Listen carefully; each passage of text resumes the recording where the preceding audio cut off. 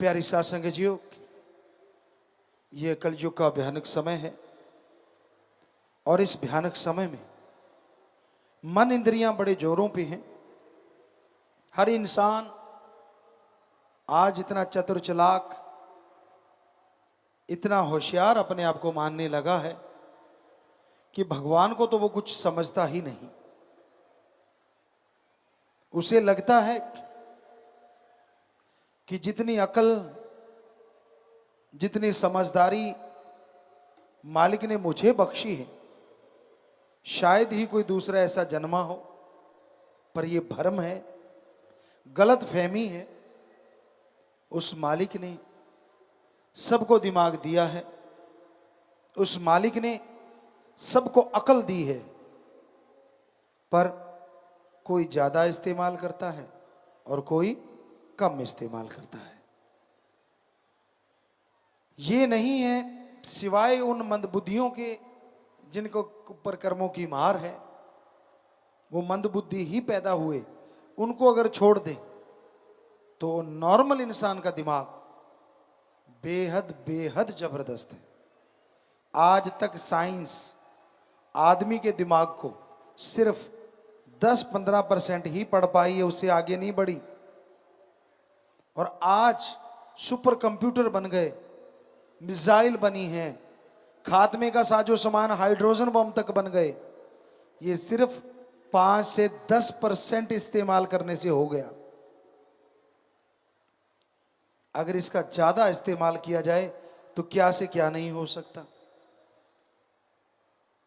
आज दुनिया जो तबाही के रास्ते की तरफ जा रही है, काश सारे साइंटिस्ट इसलिए लग जाएं कि इंसान को ज्यादा से ज्यादा सुख कैसे मिले, ज्यादा से ज्यादा दिलो दिमाग में शांति कैसे आए, ज्यादा से ज्यादा शांत में रहते हुए आनंद में जीवन कैसे व्यतीत किया जाए।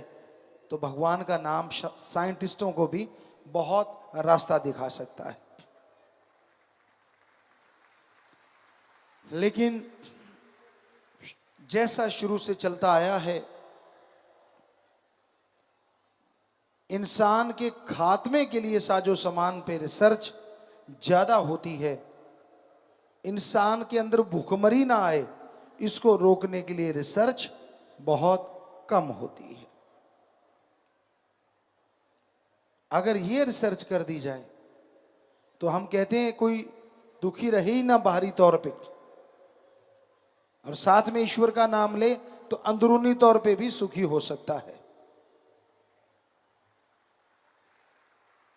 होड़ मची हुई है इंसानों में एक दूसरे को नीचा दिखाने की। होड़ मची हुई है देशों में एक दूसरे से ज्यादा टेक्नोलॉजी लाके डराने की। होड़ बहुत कम नजर आती है इंसानियत सृष्टि के भले कमाने की, बहुत कम। काश साइंटिस्ट तबाही का मार्ग त्याग की उसी यूरेनियम में से, उसी तबाही की चीजों से भलाई की चीजें बना दें, तो हमें लगता है ये गाड़ियों के लिए पेट्रोल डीजल की जरूरत ही ना रहे, ये गैस सिलेंडर, ये साजो सामान की जरूरत ही ना पड़े। क्योंकि उन तत्व से बहुत एनर्जी पैदा की जा सकती है। सूरज एक ऐसा तत्व है, या दूसरे शब्दों में ऐसी शक्ति है जिससे हम इतनी एनर्जी हासिल कर सकते हैं, इतनी एनर्जी हासिल कर सकते हैं, कोई बैटरी की जरूरत नहीं, कोई डीजल पेट्रोल की जरूरत ना पड़े, कोई गैस सिलेंडर की जरूरत ना पड़े। अगर इस पे पीछे लग जाएं और इसको हम पकड़ लें साइंटिस्ट लोग, तो पूरे घरों में चूल्हे फ्री में चलेंगे, साइकिल, गाड़ियां, मोटरसाइकिल वगैरह सब फ्री में चलेंगे। क्योंकि साइकिल पे भी इंजन लग जाएगा जब सूर्य से ही चार्ज होना है। पर कोई उधर दिमाग लगाता ही नहीं, एक हद तक दिमाग लगाते हैं, छोड़ देते हैं। और बेचारा कोई सीधा साधा बंदा उसको पकड़ ले तो उसको कह देते हैं तू नहीं कर सकता, तो कानूनी दायरे से बाहर है। बहुत सस्ते में बहुत बढ़िया चीजें बन सकती। डीएनए के इलाज के लिए हमारे डॉक्टर, हमारे साइंटिस्ट अगर लग जाएं, जो रामायण काल में होता था कि आदमी का डीएनए ठीक कर दिया जाता था और वो सैकड़ों साल जिंदगी जीता रहता था, कभी भी उसको दुख नहीं आता था। लेकिन यहां तो दवाई की सारी फैक्ट्रियां बंद हो जाएंगी। वो होने क्यों देंगे डीएनए की टेस्ट? कितनी दवाइयों के बैठे हैं। अब सोच के देखियो, पूरे वर्ल्ड में सबसे ज्यादा मुनाफा कमाते लोग इससे 3 के 33 लेते हैं।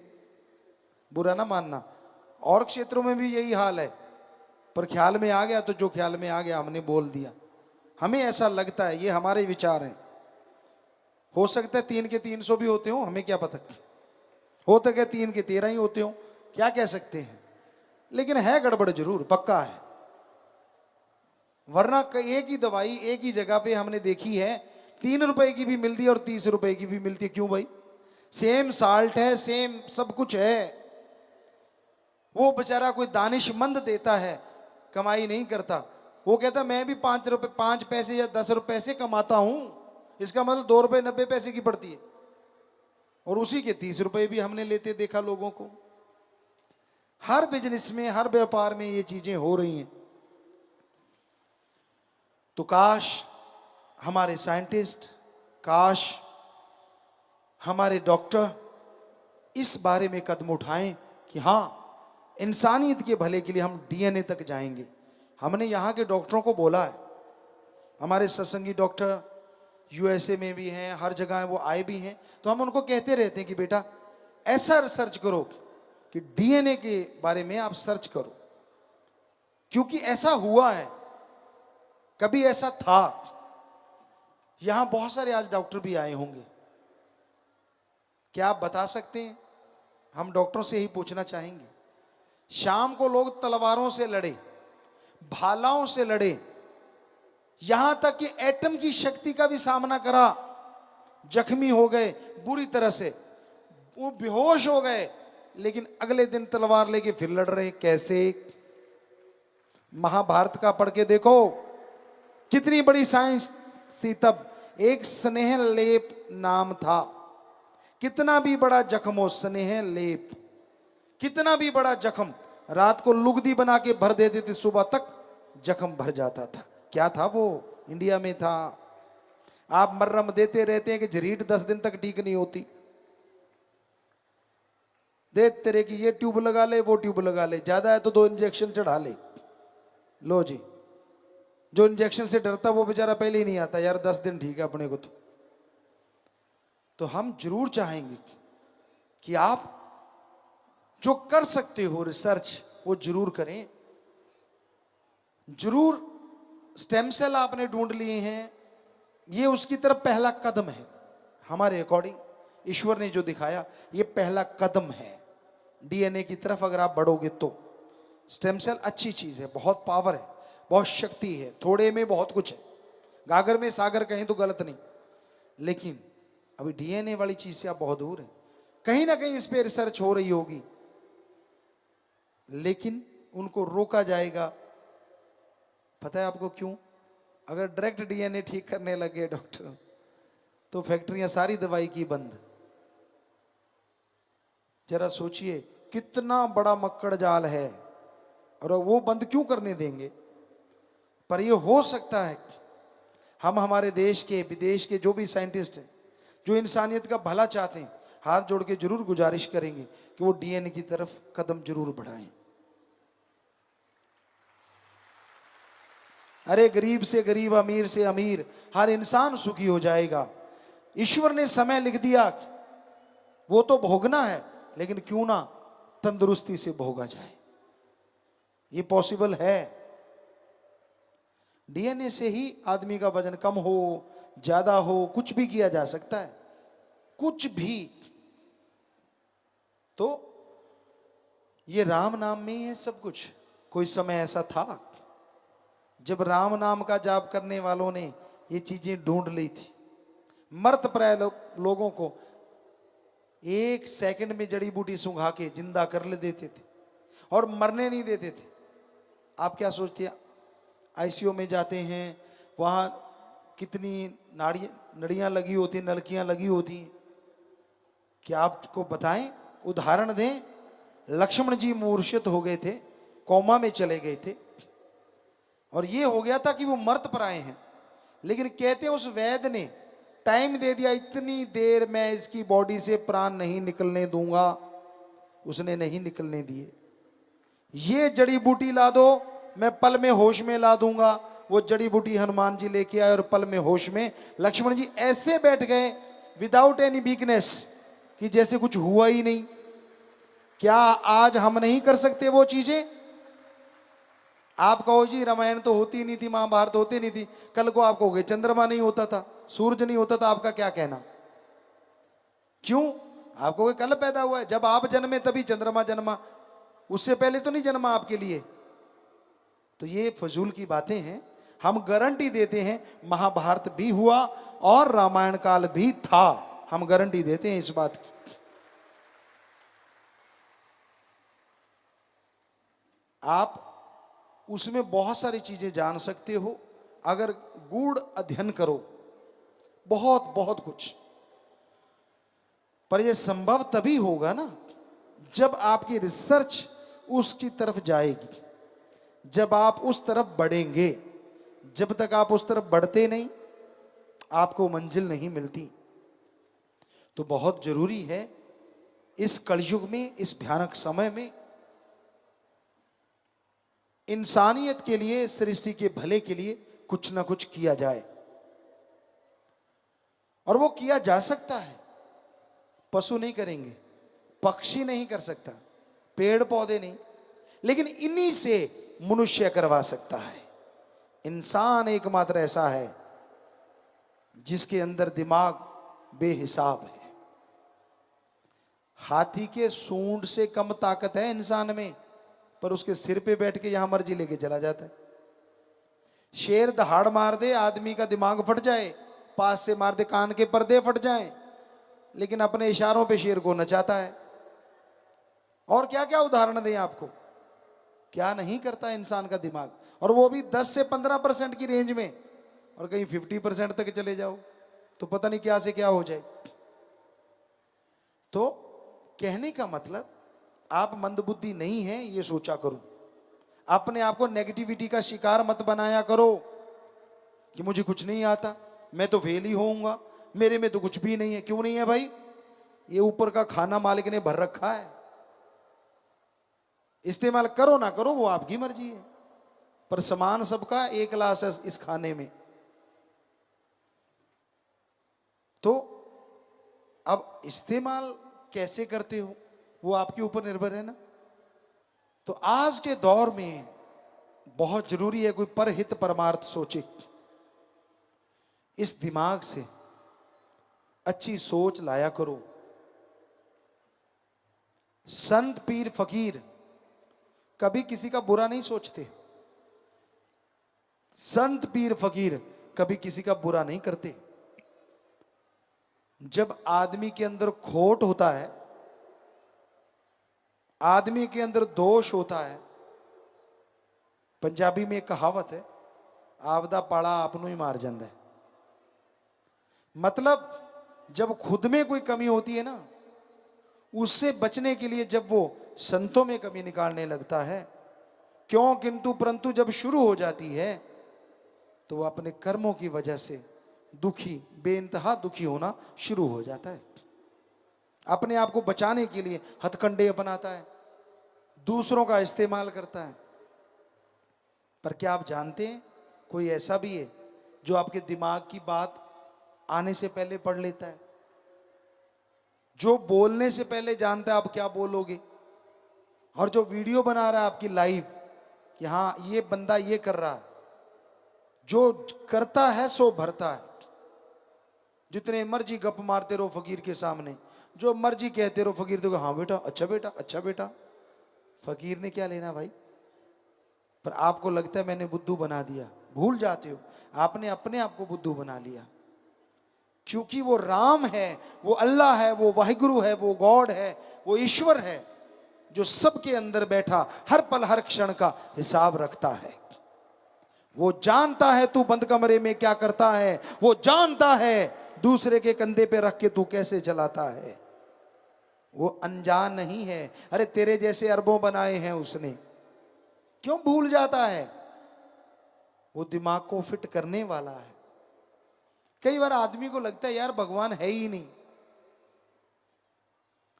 तो क्या जो कहते भगवान है ही नहीं, आदमी जैसा दिमाग बना के दिखाओगे? आदमी छोटो, आप कीड़े जैसा नहीं बना सकते, अभी तक तो बना नहीं। क्या आदमी का जो शारीरिक ढांचा है, क्या एक बूंद से या 2 बूंद से ऐसे ही बन जाता है? तो आप बना के दिखाओ। नहीं ना, कैसे पॉसिबल है? कैसे होता है यह सब? कमाल की रचना करता है वो रचयिता। 2 सगे भाइयों के हाथों के निशान अलग अलग होते हैं। 2 सगे भाइयों की तकदीर कई बार अलग अलग देखने में मिलती है। एक ही माँ, एक ही बाप, एक ही रगों में बहने वाला खून, पर दोनों की तकदीर अलग क्यों? बताइए, बताए कोई साइंटिस्ट का कौन से जीन्स में कमी आ गई भाई? माँ भी अमीर, बाप भी अमीर, एक बेटा अमीर और एक गरीब, क्यों? दोनों की औलाद, दोनों का खून। तो बहुत सारे ऐसे सवाल हैं जो साइंस मुंह बाए खड़ी रह जाएगी, उसे समझ नहीं आएगी। पर हां, रूहानियत में इसका जवाब है। जैसे कर्म करते हो वैसा फल आने वाले टाइम में भोगना पड़ता है। मन घड़ंत चीजों पे आप चलते रहते हो और मन इतना जालिम है जो इंसान को डुबोने में ज्यादा देर नहीं करता। कई बार आपको बात सुनाई है आत्मा और मन की, कई बार उदाहरण दिया है आपको कि एक बुजुर्ग माता थी, उसने 2 पालतू पशु रखे हुए थे, एक था बंदर, एक था बकरा। एक दिन क्या हुआ, सब्जी काट रही थी, फ्रूट पड़े थे, अचानक संदेश आया कि उनके घर मेहमान आने वाले। तो उसने सोचा चलो दुकान से कुछ सामान ले आऊं। वो चली गई। सब्जी काट रही थी, फ्रूट वहीं पड़ा था, बकरा बंधा था, बंदर बंधा हुआ था। लेकिन हुआ क्या, जब वापस आई तो सारा फ्रूट गायब था और बकरा सब्जी में मुंह मार रहा था, खुला हुआ था। बुजुर्ग औरत ने आप देखा ना ताब, डंडा लिया, उठा और 8-10 धर दी। पड़ोसी देख रहा था, उसने रोका, ए माता रुक, ताई रुक। कहने लगी बेटा क्या है? मर जाना, मेरी सारी सब्जी खा गया बकरा। ताई ये गलत। कहते सही क्या है? कहता मैं देख रहा था, ये तेरा जो बंदर है ना, इसने गल से रस्सा निकाला, सारी फ्रूट चट कर गया, आधी सब्जी चट कर गया, और बाद में बकरे का रस्सा खोल दिया, खुद के गले में डाल के आराम से बैठा है। काम उसका है, पड़ बकरे की रही हैं। तो उसी तरह काम आपके मन का होता है और पड़ आत्मा की रही होती।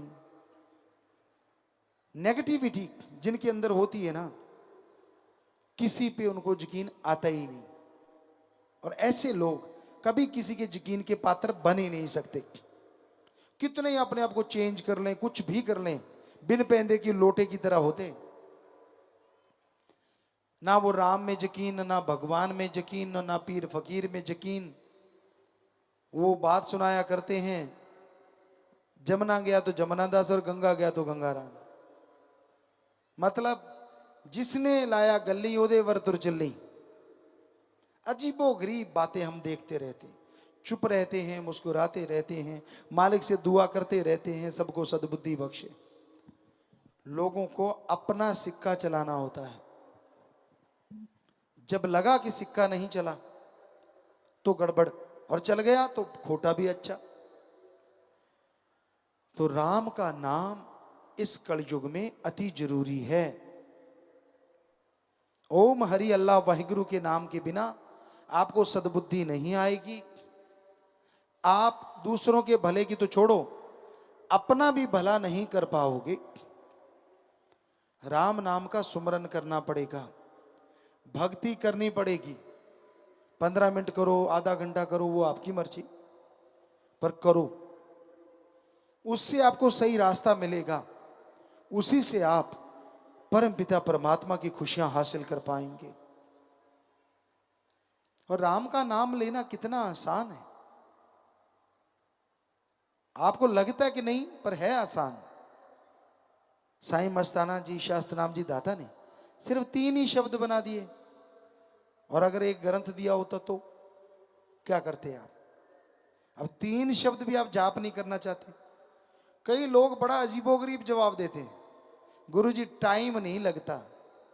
कमाल है यार, पोटी नहीं जाता क्या? जाता है। आजकल के बच्चे तो आधा घंटा फोन पे मत्था मार के निकाल के आते हैं। उसकी जगह फोन ना ले, राम का नाम जपता रहे, उधर भी काम और उधर भी काम, क्या पता कब मिल जाए राम। पर ना जी, बता कौन सा तेरा काम छुड़वाया? गाड़ी चला रहा है, चलाता जा, हाथों से गाड़ी चला, पैरों से क्लच ब्रेक रेस दबा, और जीबा को अल्लाह वाहिगुरु यार के साथ लगा। बता क्या काम छुड़वाया तेरा? तेरी गाड़ी भी जा रही है और उधर वाली गाड़ी भी जा रही है, क्या पता कौन सी गाड़ी कहां पहुंच जाए। ये फजूल के बहाने ना मारा करो। ऐसे बहाने तो पहली कक्षा में पढ़ने वाले बच्चे भी नहीं मारते, फर्स्ट क्लास वाले, जैसे आप मारते हो। टाइम नहीं मिलता, कमाल है। रोटी खाते हो सही टाइम पे, ब्रेकफास्ट करते हो सही टाइम पे, लंच डिनर सही टाइम पे, राम के नाम के टाइम नहीं है। गप मारने हो सारी सारी रात प्रोग्राम चलता है, और सतगुरु के पास बैठना हो तो नींद आने लगती है। सत्संग सुननी हो तो नींद जारी, मुंह फाड़ फाड़ के आवासियां लेता है, चाहे अंदर बैठ के दांत गिन लो। मतलब अजीबोगरीब स्थिति है। गप मार रहे हो, फिर जोश देखो, अच्छा सामने वाला पूछता है मतलब फिर क्यों हुआ, वो चुगली निंदा 2-4 और धर देता है, ये हुआ वो हुआ। मतलब इतने चटकारे ले लेके करते, इतना तो अब किसी कंपनी की मशहूरी ना हो जाए, उस गोली में नहीं होता, चूर्ण वाली में, आप समझी गए। तो राम नाम के टाइम पता नहीं आपको क्या हो जाता है, तब क्यों नहीं जाप करते भाई? कपड़े प्रेस करना आप नहीं भूलते। हम कहते हैं, ऐसा नहीं कहते कि मत प्रेस क्यों करते हो, करो। बाल संवारने में शीशा बेचारा आगे से तौबा नहीं करता, वरना आप लगे ही रहते हो, उठा के कभी इधर मारे कभी इधर मारे, कभी इधर मारे कभी इधर मारे। पगड़ी बांधने में, टूटी शूटी लगाने में पता नहीं कितना टाइम। शीशा अगर आम हो तो भाग जाए, लेकिन बेचारा वो तो निर्जीव है। हम नहीं कहते कि मत लगाओ, जितनी मर्जी टूटियां लगाओ। हमारा कहने का मतलब, अगर उसके लिए टाइम है तो 10 मिनट अल्लाह वाहिगुरु राम के लिए टाइम क्यों नहीं है आपके पास? कोई जमीन उपजाऊ है या नहीं, जब बीज डलता है तो पता चलता है। और बीज तभी डलेगा जब उस भूमि को संवारा जाता है। पहले हल चलाते हैं, घास फूस साफ करते हैं, फिर पानी देते हैं, खाद डालते हैं, बीज डालते हैं, तो फसल होती है ना। कोई दुकानदार दुकान खोलता है, रंग रोगन करता है, मशहूरी करता है, सामान लाता है, दुकान भरता है, फिर खोलता है, फिर चलती है ना। बच्चे पढ़ाई करते हैं, फर्स्ट क्लास से लेकर डिग्री डिप्लोमे तक कितने साल लगाते हैं, तो मास्टरेट बनते हैं ना, तो वो डिग्रियां हाथ में आती हैं, तो डॉक्टरेट की डिग्री हासिल होती है। और इधर आप कहते नहीं, हमें कोई भगवान दिखा दे, परमात्मा दिखा दे, हम मान जाएंगे। वाह भाई वाह, आप तो वो मूर्खों वाली बात करते हो कि कोई जाए और कहे बीज दे दे भाई, वो कहेगा ये ले 1 किलो, इसको डालना, तेरे 10 मन दाने निकल आएंगे। और आप कहो ना भाई, पहले 10 मन निकाल के दिखा दे किलो में से। हंसी आती है ना? तो फकीरों को क्यों ना हंसी आए जब लोग ऐसी बातें करते हैं। हमें तो भगवान दिखा दो, पकौड़ा है जो जेब से निकाल के तेरे हाथ पे रख दें। अरे छोटी सी डॉक्टरेट की डिग्री भगवान के मुकाबले, उसके लिए आप 20-24 साल लगा सकते हो। और परमात्मा के लिए एक पल नहीं लगाया, आपको दे दो जी। क्यों भाई, चट्टी पड़ी है भगवान को जो तेरे को दे दे? चट्टी तो तेरे को पड़ी हुई है, जो 84 लाख जोनी भोग के आया है, जो दर दर ठोकर खा के अब तुझे इंसान का शरीर मिला है। तुझे चाहिए कि तू मालिक को मिले। मालिक को कोई किसी से नहीं मतलब, लेकिन है वो बहुत दयालु है, इसलिए अपने संत पीर फकीर समय समय पे भेजता रहता है ताकि उससे बिछड़े हुई उसकी औलाद उससे जाके वापस मिल जाए। पर अगर आप संतों से ही आगे निकल जाओ, पढ़ के कट जाओ, तो संत क्या करें? फिर भोगो अपने कर्म। संत एक हद तक दखल दे सकते हैं, उसके बाद चुप हो जाते हैं, क्योंकि संतों की भी एक सीमा है। वो समझाते रहते हैं, सत्संग में बताते रहते हैं, जो सुन ले अमल कर ले बेड़ा पार, ना सुने तो भाई कर्मों का पड़ता भार। संत बार बार कुछ ना कुछ बताते हैं, कुछ ना कुछ देते हैं। आप जितनी बार सत्संग में आते हो, चाहे 15 मिनट, चाहे आधा घंटा, चाहे घंटा सुनते हो नहीं सकता वो घंटा आपकी पूरी लाइफ को ना बदल दे अगर सुन के अमल कर लो तो। पर इधर से सुना और इधर से पार। कई बार ऐसा भी होता है, संत वचन करते हैं, वचनों को पता नहीं क्या से क्या बना के, उसकी गेंद बना के आप जाके घर में खेलते रहते। तेरे को कहा, मेरे को कहा, उसको कहा, उसको कहा। अरे यहां जितने बैठे हो सबको ही कहा। क्या हमने घूंघट निकाल रखा है कि इधर वालों को नहीं सुना रहे, उधर वालों को सुना रहे हैं? हम तो शरेआम बोले जा रहे हैं। ये तो इसमें क्या किंतु का क्या मतलब? अगर आपके जख्म है तो स्पिरिट लगेगा ही लगेगा, और जख्म नहीं है तो एंटीबायोटिक का काम तो करेगा ही करेगा। सीधी सी बात। कमी अगर आप में है तो घण जैसी चोट लगेगी, और कमी आप में नहीं है तो आप और संवर जाएंगे, लोहे से सोना बन जाएंगे। संत किसी दूसरे को थोड़ी ना सुनाते हैं। सत्संग में जो आएगा, बैठेगा, सुनेगा, जिसकी जैसी भावना, जैसी सोच हमारे पास आ रही है, अल्लाह राम हमें बता रहे हैं, हम बोले जा रहे हैं। माइक की क्या औकात अकेला बोल दे? इसमें जैसी फूंकेंगे वैसी आवाज आप तक पहुंचेगी। हम तो माइक हैं भाई, फकीर हैं, आपके सेवादार, चौकीदार हैं। जैसी वो फूंक मार रहा है आप तक आ रही है। तो सुन के अमल कर लो, ज्यादा एक्टिंग मत करो। अभी हम फिल्मों में काम करते रहते हैं आपके भले के लिए, तो वहां हम एक बात कहते हैं बच्चों को, ओवर एक्टिंग मत कर। यहां क्या बोले, सारे हीरो हीरोइन बैठे होते हैं, जब हम निगाह मारते जानबूझ के करते हैं पुत ज्यादा पता लगता है जो तू ऐ करते हैं कि छुपाई जन्ना है। सो कहने का मतलब, पता तो हमें सब है, ऐसे फिक्र में ना रह जाना। पर जैसा तू वैसा चल, जैसा चलना चाहे चलता जा। हमने क्या लेना भाई? अगर तू ओवर स्मार्ट बन के चलना ही चाहता है तो चल, तेरी मर्जी। फकीर बुरा नहीं कर सकते सोच में भी, कर्मों से तो क्या करेंगे किसी का। लोग जल्दी भूल जाते हैं, ये अलग बात है। हमने देखा परमात्मा ने जिनको जिंदगी बख्श दी, उसे पता था कि मेरी इस पल मौत होती, उसे पता था सारी जिंदगी मेरा बर्बाद हो जाती, लेकिन वाह यार, वाह भगवान, वाह राम, वाह राम, वाह राम, वाह राम। जब ठीक हो गया कहता, वाह राम मैं सही हूं, अब तेरा क्या काम। खत्म, छुट्टी। बस इतने मतलब परस्त, भूल गए सब कुछ, और अपने आप को सही साबित करने के लिए गैरों का साथ। वो कहते हैं ना, लंडे नु खुंडा 100 को तो टक्कर दे। कहावत है एक पंजाबी की, क्योंकि मां भाषा जैसी होती है ना, वो बातें ज्यादा याद रहती हैं। तो लंडे नु खुंडा 100 को तो टक्कर दे, एहे जे नु गल करने वाला भी भज के लेंदा है। अच्छा तू सही कहना यार, बस हो गया काम शुरू। भक्ति शक्ति सब उड़ गई, पल्ले रह गई झूठी बातें। वही यार दोस्त, वही मित्र अच्छे लगते हैं जो हाँ में हाँ मिलाएं। कोई सच्ची बात कह दे बड़ा कड़वा लगता है, गड़बड़ लगती है। कि यार मेरे को इसने सच क्यों बोला।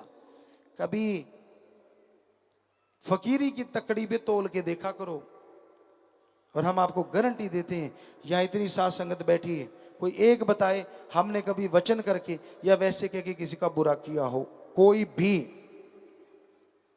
हम देनदार हैं कि हाँ भाई इसका बुरा हुआ, हमने कहा कि तेरा बुरा हो जाए, हो ही नहीं सकता। हाँ, गुस्से में जरूर बोले होंगे किसी न किसी को, और वो राम अल्लाह वाहिगुरु जानता है उस गुस्से में क्या पता आपका पहाड़ कब राई बन गया, ये राम जाने। कैसे फिल्म दिखाएं आपको, कैसे कर्म काटते हैं वो भगवान, कैसे राम का नाम जपने वालों की सहायता करते हैं राम। देखना चाहते हो तो घंटा सुबह शाम सिमरण करो, सच का सच और झूठ का झूठ सामने होगा, दूध का दूध पानी का पानी। पर यह संभव तभी है ना जब सुमरण करो। आप तो ऐसे बंदों के साथ बातें करते हो जो ना सुमरण करते हैं, ना भक्ति करते हैं, ना सेवा। वो कहते हैं ना, एक कहावत है, आप डूबेंदे बामणा जजमान भी डूबे। ऐसे लोगों से बात करोगे तो भक्ति कहां से खिलेगी। वो तो कहेंगे हाँ यार तू यार छोड़ यार, क्या मिला तुझे, क्या हासिल हो गया तुझे। फकीर जो जिस काबिल होता है उसको वही चीज बख्शते हैं। फकीर कभी भी गलत नहीं हो सकता। उनको गलत कहने वाले के कर्म बुरे आ जाते हैं, शायद इसलिए वो बोलते रहते हैं। हम नहीं चाहते भगवान किसी का बुरा करे, सबका भला करे, सबका फायदा हो। ऐसा कहने वाले भी मालिक की दरगाह में बख्शे जाएं, यही मालिक से दुआ कर सकते हैं, बाकी उसकी मर्जी। फकीर गलत करता है। कईयों ने मस्ताना जी के टाइम बोला, फिर परमपिता शास्त्र राम जी महाराज है उसके टाइम बोला, आजकल भी लोग बोलते रहते हैं। ये तो चलती रहती है निंदा चुगली। लेकिन सोचा करो, फकीर गलत क्यों करेगा भाई? क्या उसने पहले गलत किया? पहले तो नहीं, अब करता है। आपको क्या पता क्यों करता है, आप जानी जाने। और जब सच्ची बात बताओ फिर कहते हो अगर ओहो ही कहना था तो वैसा किया ही क्यों। तो हमारा कहने का मतलब, आप किसी को बुरा मत कहो जब तक उसके बारे में जानते नहीं। जान गए तो भी बुरा ना कहो। क्यों? कल को वो अच्छा हो गया और आपने उसको दोस्त बनाया, अगर बुरा कहा हुआ है तो फिर क्या होगा। सच्ची बात कड़वी लगती है। कोई सच कह दे, हम रोज आजमाते हैं, कोई सच कह दे तो मिर्ची लगती है, और कोई लिपा पोती करता रहे तो वो अच्छा लगता है। तो भाई नेचर बदलनी चाहिए। फकीर सबका भला मांगते हैं। तरवर फल नहीं खात है, सरवर पीवन नीर, परमार्थ के कारण संतन भयो शरीर। तरुवर पेड़ पौधे फल खुद नहीं खाते, सरोवर मीठे समुद्र या समुद्र पानी खुद नहीं पीते, सब दूसरों के लिए होता है। और वैसे ही संत सब कुछ समाज के भले के लिए करते हैं, पर्सनल उनका अपना कोई हित नहीं होता। लेकिन पता नहीं, इंसान की बुद्धि भ्रष्ट जब हो जाती है, उसे लगता है, तो भाई हम तो गुजारिश कर सकते हैं। एक कहावत है, पहला मंजे तले सोटी मार। मतलब पहले खुद के बारे में तो विचार कर ले, तू कहां से 30 मार भगता गया। कौन सी ऐसी भक्ति कर रखी है जो तू फकीर को पहचान गया। फकीर की बात में राज होता है, उसे गलत तरीके से मत लिया करो। अगर उसने वचन कहा है 100% आपका फायदा होगा, नुकसान नहीं होगा। तरोड़ मरोड़ के चटकारे ले लेके मसाला लगा लगा के कुछ और ना बनाया करो। मर्जी आपकी, हमें कोई दुख नहीं लगता, और लगता भी है।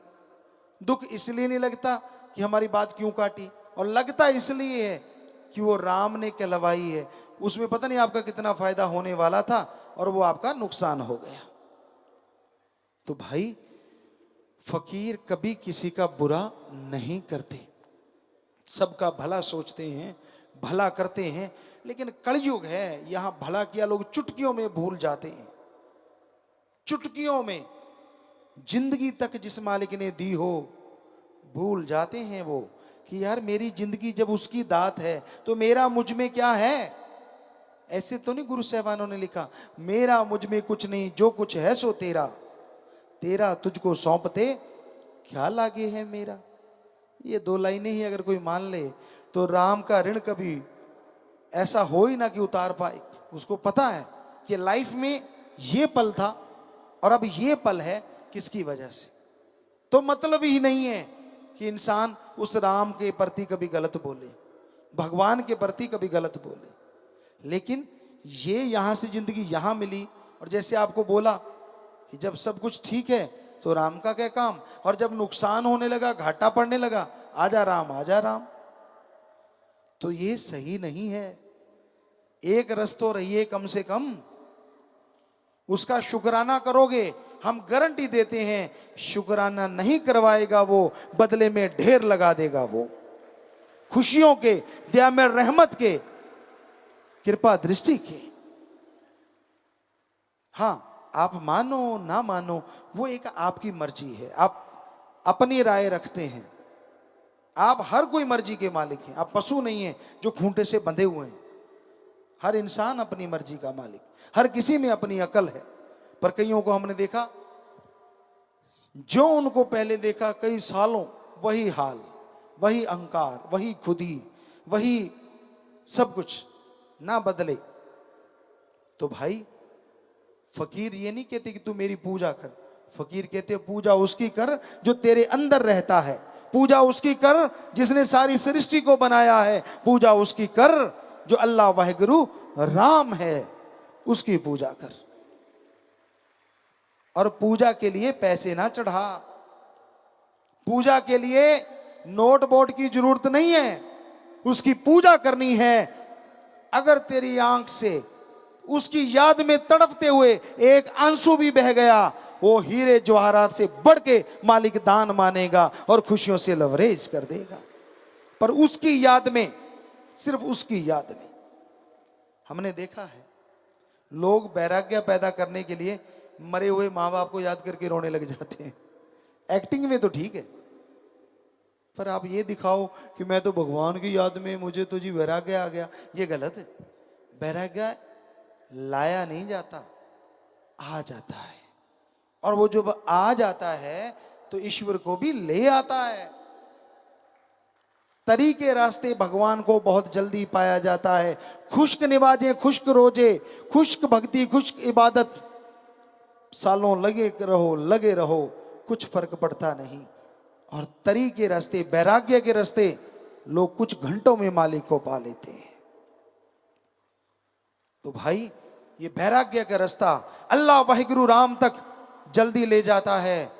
लेकिन भाग्यशाली जीव होता है जिसकी आंखों से दो बूंदें वाहिगुरु के लिए, राम के लिए गिरती हैं।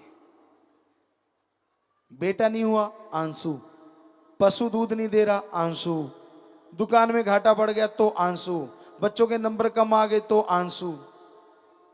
क्या है, अगली बार ज्यादा आ जाएंगे। और तेरे आंसू से नंबर तो बढ़ने से रहे, ये तो यानी तेरे आंसू से 10 नंबर बढ़ जाएंगे, ऐसा तो है नहीं। तो जरूरी है, आंसू बहाना कुछ गलत नहीं होता, लेकिन उसका रास्ता सही हो तो ये आंसू भगवान से भी मिला देते हैं। वैराग्य अगर सही हो, ईश्वर का नाम लेते हो, सेवा करते हो, ये वैराग्य के रास्ते चल के लोग मालिक को जल्दी पा लिया करते हैं।